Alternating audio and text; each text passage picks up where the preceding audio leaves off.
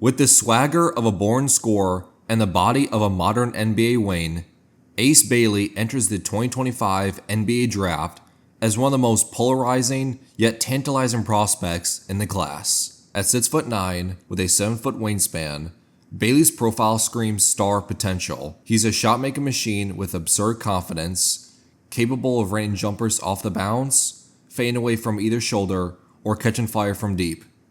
There were nights at Rutgers where he looked like the second coming of Michael Porter Jr. or Danny Granger, simply unstoppable once he got going. But what makes Bailey special isn't just the jumper, it's how he combines fluidity, athleticism, and fearlessness.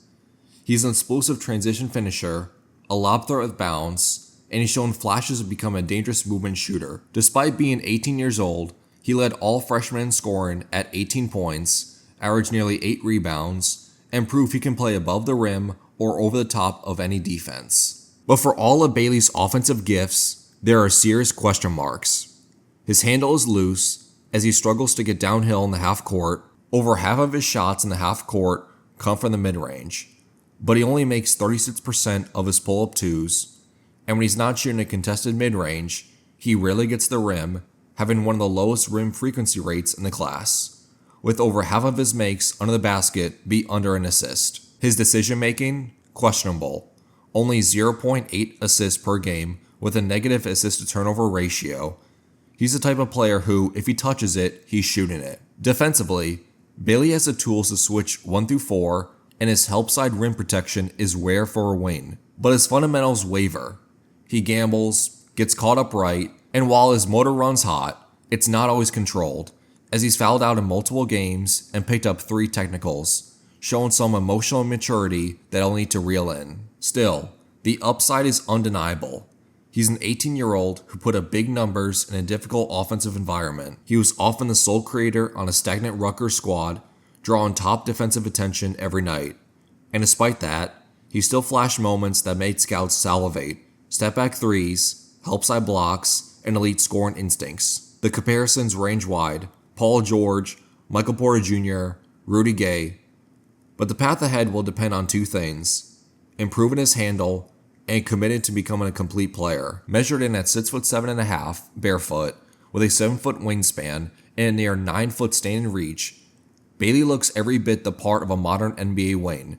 His jumper is already a weapon, his athletic tools are pro-ready, now it's about refining the details. But just as the NBA world was buying in, Bailey made a decision that was turning heads, and not in a good way. Bailey refused to work out for multiple teams, including the Philadelphia 76ers, who held the number 3 overall pick.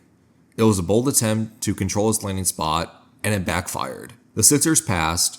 Instead, they took Baylor guard VJ Edgecombe. Bailey slid to number 5, where the Utah Jazz picked him, despite the fact he also had declined to work out for them.